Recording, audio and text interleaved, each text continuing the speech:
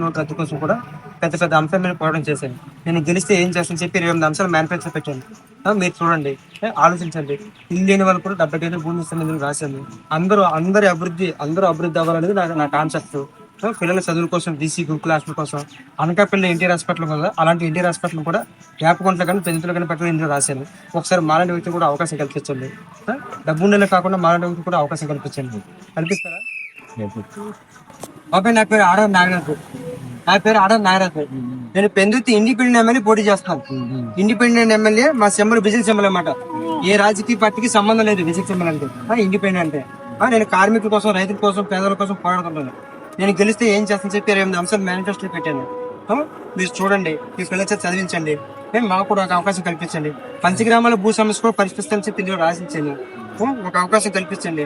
అనకాపల్లిలో ఎన్టీఆర్ హాస్పిటల్ ఉంది కదా, అలాంటి ఎన్టీఆర్ హాస్పిటల్ ని వేపగుంటలో కానీ పెంకులో పెట్టని రాసి మేనిఫెస్టో పెట్టాను. ఒక అవకాశం కల్పించండి. పిల్లల విద్య కోసం, ఉద్యోగ అవకాశాల కోసం, బీసీ హాస్టల్, ఎస్టీ హాస్టల్ కూడా పెట్టని రాశాను. చాలా పెద్దగా గొప్పగా రాశాను. మాలాంటి వాళ్ళు కూడా ఒకసారి సపోర్ట్ చేయండి. మా గుర్తు విజులు గుర్తు. మాకు సపోర్ట్ చేస్తారా? మరి మీరు పేదలు సపోర్ట్ చేస్తారా, డబ్బున్న సపోర్ట్ చేస్తారా?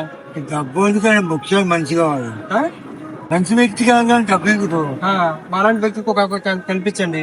పాలించే వారికి కాదు, ప్రశ్నించే వాళ్ళు కోట్ వేయండి. మీ సమస్యల మీద ఎవరైతే ప్రశ్నిస్తారో వాళ్ళు కోట్ అయితే మార్పు వస్తుంది. పాలించే వాళ్ళు కోట్ అయితే వాళ్ళు పాలిస్తారు మనల్ని. మనం ప్రశ్నించే వాళ్ళు కోట్ వేయండి. మాకు ఒక అవకాశం కల్పించండి. నా పేరు ఆడవ నాగరాజు. నేను పెందుర్తి ఇండిపెండెంట్ ఎమ్మెల్యే పోటీ చేస్తాను. ఇండిపెండెంట్ ఎమ్మెల్యే అంటే ఏ రాజకీయ పార్టీకి సంబంధం లేకుండా సొంతంగా నేను ఎమ్మెల్యే పోటీ చేస్తాను. నేను Visakha steel plant Polavaram project 2000 రూపాయల నోటు రద్దు కోసం పెద్ద పెద్ద పోరాటం చేశాను. నాకు 3 నేషనల్ అవార్డు కూడా వచ్చాయి. నేను గెలిస్తే ఏం చేస్తాను చెప్పి 28 అంశాలు మేనిఫెస్టో పెట్టాను. పంచగ్రామాల భూ సమస్య కూడా 2 అంశాలు మేనిఫెస్టో పెట్టాను. విశాఖ స్టీల్ ప్లాంట్ మొదటి పదవి ఇచ్చాను. అదేవిధంగా మీలాంటి బిజినెస్ లీడర్ చిన్న చిన్న 22 పాయింట్ కూడా రాశాను. చిన్న వ్యాపారం చేసుకున్న వాళ్ళకి కేంద్ర రాష్ట్ర ప్రభుత్వం నుంచి కానీ, బ్యాంకు నుంచి కానీ వాళ్ళ వ్యాపార అభివృద్ధి కోసం 5 లక్షల లోన్ ఇప్పిస్తే రాసిచ్చాను. పెందు నియోజకవర్గం నేను గెలిస్తే దేశంలోనే మొట్టమొదటి నియోజకవర్గం అవినీతి నియోజకవర్గం చేతని చెప్పి రాసిచ్చాను. నకిలీ విత్తనాలు నియోజకవర్గం లేకుండా చేస్తాను రాసిచ్చాను. మార్పు రావాలంటే నాలుగు వైపు నిలబడితే మాత్రం ఖచ్చితంగా మార్పు తీసుకొస్తాను. నేను రోజుకి 16 గంటలు ఎమ్మెల్యేగా నేను పనిచేయడం సిద్ధంగా ఉన్నాను. కేవలం అసెంబ్లీ సెక్షన్ తప్ప మ్యాక్సిమం ఇక్కడే నియోజకవర్గం నుండి పనిచేస్తాను. నేను ఇలాంటి అవకాశం కోసం నేను చాలా రోజులు ఎదురు చూస్తాను. నాకు అవకాశం వస్తే వదలను. దయచేసి కష్టపడి పని చేయగలుగుతాను. అవకాశం కల్పించండి. మా వ్యూస్ అందరికి ఏం చెప్తారు చెప్పండి. కన్ఫర్మ్గా మీలాంటి వాళ్ళకి, ప్రజలకు సేవ చేసే వాళ్ళకే మేము ఓటేని సిద్ధంగా ఉన్నాం. డబ్బు తీసుకున్నాం అనుకో 2000 ఇస్తారు, మహాదే రోజు 2 రూపాయలు పర్లేదు. అడుక్కున్న 5 రూపాయలు తీసుకుంటారు. 5 రూపాయలు చీప్ గా చూస్తారు అనమాట. అందుకని గౌరవం ఏం లేదు. ఎందుకంటే డబ్బు ఎవరికి ఇవ్వలేదు, ఎవరైతే పోటీ చేస్తాను. మా సింబల్ విద్యుత్ సింబల్. కార్మికుల కోసం, రైతుల కోసం, పేదల కోసం పోరాడుకుంటాను. నేను గెలిస్తే ఏం చేస్తాను చెప్తే 2 అంశాలు మేనిఫెస్టో రాశాను. అదేవిధంగా ఈ పెందుర్తి నియోజకవర్గంలో నకిలీ విత్తనాలు లేకుండా నేను పూర్తిగా అరికడతానని చెప్పి రాశాను. అదేవిధంగా పంచగ్రామాల భూ సమస్య కూడా శాస్త్ర పరిష్కరించాలని చెప్పి రాశాను. అదేవిధంగా ఏదైతే రైతు మార్కెట్ ఉన్నాయో మార్కెట్ యార్డ్లు పెంచాలని చెప్పి రాసిస్తాను. రైతుల కోసం, అదేవిధంగా రైతులకి బీమా ఏదైతే ఉందో ఇన్సూరెన్స్ కంపెనీలు ఇవ్వకపోతే నేనే సొంతంగా లాయర్లు పెట్టి ఎమ్మెల్యే ఫండ్స్ ద్వారా వాళ్ళ తరపున ఇన్సూరెన్స్ కంపెనీల మీద ఫైట్ చేసి వీళ్ళకి న్యాయం చేస్తానని చెప్పి పాయింట్ రాశాను. మీరు మొత్తం మీరు చదవండి. ఇది ప్రధానంగా రైతులు, పేదవాళ్ళు, సామాన్యుల కోసం ఎక్కువ ఉంటుంది. మాట ఎక్కువ మీరు బాగా ఆలోచించండి. పాలించేవారు కాకుండా ప్రశ్నించేవారు పోటేయండి. మాలాంటి వ్యక్తులు కూడా ఒక అవకాశం కల్పించండి. అయిపోయింది మీరు చెప్పడం. నేను కొన్ని ప్రశ్నలు అడుగుతాను.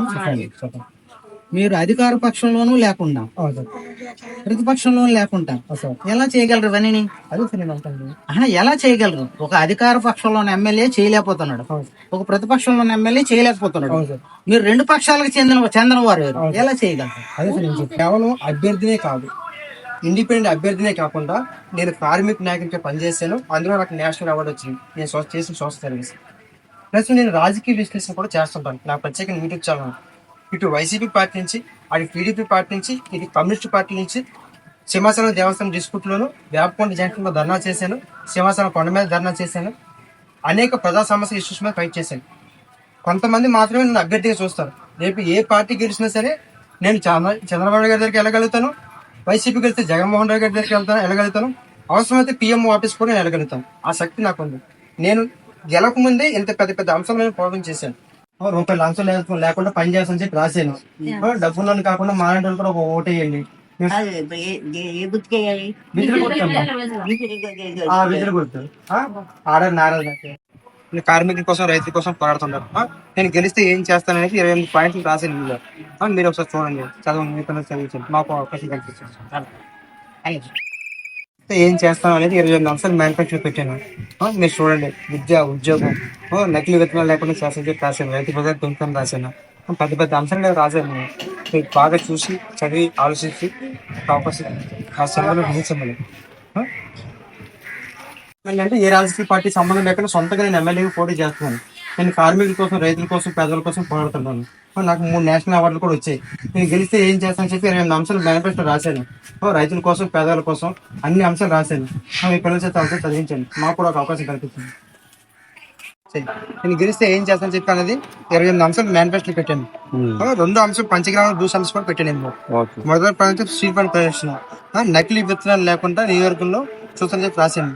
రైతుల కోసం, పేదవాళ్ళ కోసం, సామాన్యుల కోసం, అందరి కోసం ఇది మేనిఫెస్టో రాశాను. మీరు చూడండి, చదవండి, మాకు కూడా ఒక అవకాశం కల్పించండి.